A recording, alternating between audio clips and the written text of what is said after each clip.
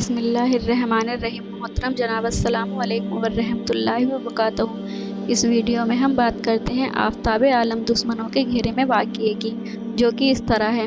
کفار قریش ہار کھا کر بڑی بدحواسی میں بھاگے تھے۔ مسلمانوں نے پیچھا کر کے انہیں ان کے خیموں سے اور دور دھکیل دیا تھا۔ جب وہ خیموں کو بھی چھوڑ کر بھاگے تو تمام مسلمان ادھر ادھر سے سمٹ کر ان کے کیمپ میں جا پڑے۔ ان کی ہر چیز لوٹی اور پامال کی جانے لگی۔ مسلمانوں کا وہ محافظ دستہ جو حضور صلی اللہ علیہ وسلم کے حکم سے احد کی گھاٹی میں حضرت عبداللہ کی سرکردگی میں مقرر کیا گیا تھا، مشرکوں کو ہار کر بھاگتے ہوئے دیکھ کر ان کا پیچھا کرنے میں لگ گیا۔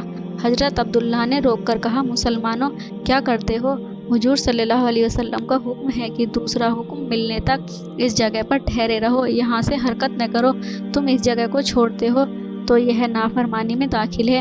کچھ لوگوں نے جواب دیا، مشرکوں کو ہار ہو گئی، ان کا جھنڈا میدان میں بہت دیر سے پڑا ہے، مسلمان ان کا پیچھا کر رہے ہیں، ممکن ہے مشرک پلٹ پڑے اور ہماری مدد کی ضرورت پڑ جائے۔ حضرت عبداللہ نے کہا، مگر ہم کو تاکید کی گئی ہے کہ ہم اس جگہ سے حرکت نہ کریں۔ ایک مجاہد نے کہا، یہ حکم اور تاکید لڑائی کے وقت تک کے لیے تھی، پر اب مسلمانوں کی جیت ہو چکی ہے، اس لیے اب ہمارا اس جگہ ٹھہرنا بیکار ہے۔ یہ کہتے ہی تمام مجاہد چلے اور پیچھا کرنے والے مسلمانوں سے جا ملے۔ صرف 5 آدمی اس جگہ رہ گئے۔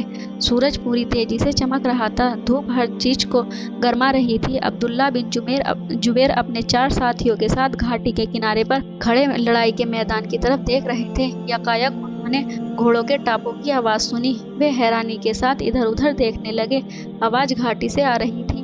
عبداللہ نے اپنے ساتھیوں سے پوچھا، کیا تم بھی گھوڑوں کی ٹاپوں کو سن رہے ہو؟ ہاں سن رہے ہیں، بہت تیزی سے گھوڑے آ رہے ہیں، ایک مجاہد نے کہا۔ یہ کون لوگ ہو سکتے ہیں؟ عبداللہ نے پوچھا۔ یہ نہیں کہا جا سکتا، شاید کفار مکہ ہوں، ایک مجاہد نے کہا۔ یہ سبھی نہایت غور اور توجہ سے گھاٹی کی طرف دیکھنے لگے۔ تھوڑی ہی دیر میں گھاٹی کے دوسری طرف سے سواروں کا دستہ آتا نظر آیا۔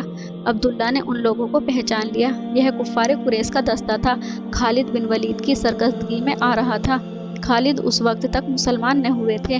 بات یہ ہوئی کہ جب مسلمان مشرکوں کا پیچھا کرنے دوڑ پڑے اور گھاٹی کے محافظ بھی چلے گئے تو خالد نے دور سے گھاٹی کو دیکھ لیا۔ وہ اس کی اہمیت کو خوب جانتے تھے۔ انہوں نے اپنے سواروں کا دستہ لیا اور 1 میل کا چکر کاٹ کر پہاڑی کے پیچھے پہنچے اور وہاں اسلامی مجاہدوں کی نظروں سے بچتے ہوئے گھاٹی میں داخل ہو گئے۔ انہوں نے آتے ہی عبداللہ اور ان کے ساتھیوں پر حملہ کر دیا۔ عبداللہ نے فوراً میان سے تلوار کھینچ لی، ان کے ساتھیوں نے بھی تلواریں کھینچ کر بلند کی اور دشمنوں پر پل پڑے۔ لڑائی شروع ہو گئی۔ مسلمان صرف 5 تھے اور دشمن 100 تھے۔ نتیجہ یہ نکلا کہ مسلمان پسپا ہوئے، یہاں تک کہ حضرت عبداللہ اور ان کے باقی ساتھی سبھی بہادری سے لڑتے ہوئے شہید ہو گئے۔ چونکہ میدان صاف ہو گیا تھا، کوئی روکنے والا باقی نہ رہا تھا، اس لیے مشرک تیز رفتاری کے ساتھ پہاڑی کے نیچے اترنے لگے۔ کچھ مسلمان حضور صلی اللہ علیہ وسلم کے قریب کھڑے تھے، انہوں نے خالد اور ان کے ساتھیوں کو پہاڑی سے نیچے اترتے ہوئے دیکھ لیا۔ اب ان سب نے اللہ اکبر کا نعرہ لگایا۔ اس نعرے کی آواز کو سن کر کے مسلمان جو مشرکوں کا پیچھا کر رہے تھے پیچھے پلٹ کر دیکھنے لگے۔ احد کی پہاڑی سے کفار کی فوج اترتی نظر آئی۔ حضرت محمد صلی اللہ علیہ وسلم نے پہاڑی کے دامن میں کچھ مسلمانوں کے ساتھ کھڑے تھے، اس لیے مسلمانوں کو ڈر ہوا کہ کہیں کفار آپ پر حملہ نہ کر دیں۔ وہ فوراً پلٹے اور بڑی تیزی سے حضور صلی اللہ علیہ وسلم کی مدد اور حفاظت کے لیے بڑھے۔ اکرمہ نے مسلمانوں کو واپس آتے ہوئے دیکھ لیا، اس نے للکار کر اپنے ساتھیوں کو روکا۔ جب وہ اس کے آگے جمع ہو گئے تو اس نے مسلمانوں پر دھاوا بول دیا، بڑی تیزی سے مسلمانوں کے پیچھے دوڑا۔ ابو سفیان جو اب تک بھاگا جا رہا تھا رکا، اس نے کفار کو جمع ہونے کا حکم دیا۔ تمام مکہ والے اس کے چاروں طرف جمع ہو گئے۔ وہ تمام کفار کو ساتھ لے کر نئے جوش اور نئی ہمت کے ساتھ حملہ ور ہوا۔ مسلمانوں پر یہ تمام حملے ایک ایک کر کے امید کے خلاف اور اچانک ہوئے۔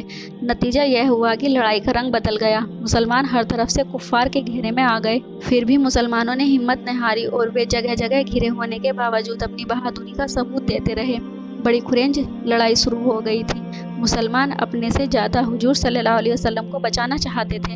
حضور صلی اللہ علیہ وسلم اپنے نثاروں کے جان دینے اور جان لڑا دینے کا یہ منظر دیکھ رہے تھے۔ لڑائی کی چکی نہایت تیزی سے گھوم رہی تھی، تلواریں جلد جلد چل رہی تھیں۔ خالد اور ان کے ساتھی بڑھ بڑھ کر حملے کر رہے تھے۔